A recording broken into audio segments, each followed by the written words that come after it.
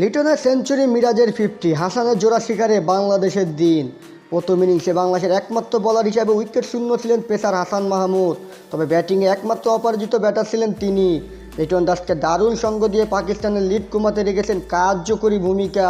আর টাইগারদের শেষ বেলায় রাঙিয়ে দেন তিনি। পাকিস্তানের 2টি উইকেট তুলে নিয়েছেন এই পেসার।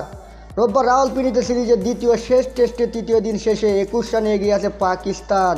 প্রথম ইনিংসে 12 রানের লিড নিয়ে দ্বিতীয় ইনিংস শুরু করে 9 রানেই 2টি উইকেট হারায় স্বাগতিকরা।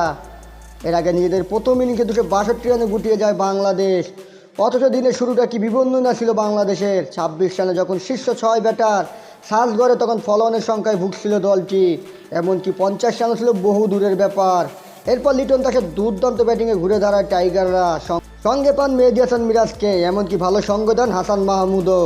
তাতে প্রথম ইনিংসে কেবল 12 রানে পিছিয়ে থাকে টাইগাররা। এরপর বোলিংয়ে নেমে দ্বিতীয় ওভারে আবদুল্লাহ শফিককে ফিরিয়ে ওপেনিং জুটি ভাঙেন হাসান মাহমুদ। অফিস টাইমের বেশ বাইরের বল জায়গায় দাঁড়িয়ে খেলতে গিয়ে উইকেটরক্ষক লিটনের হাতে ধরা পড়েন এই ওপেনার। 10 বলে 3 রান করেন তিনি। পরের ওভারে নাইট ওয়াচম্যান খুম্বুম সিরাজকে বোল করেন হাসান মাহমুদ। সাইম আইয়ুব 6 রানে ব্যাটিং করছেন। এর আগে ব্যাটিংয়ে নেমে মাত্র 26 রানে 6 উইকেট হারানোর পর মেহেদী মিরাজকে নিয়ে লড়াই শুরু করেন লিটন। এই দুই ব্যাটার করেন 165 রানের রেকর্ড জুটি।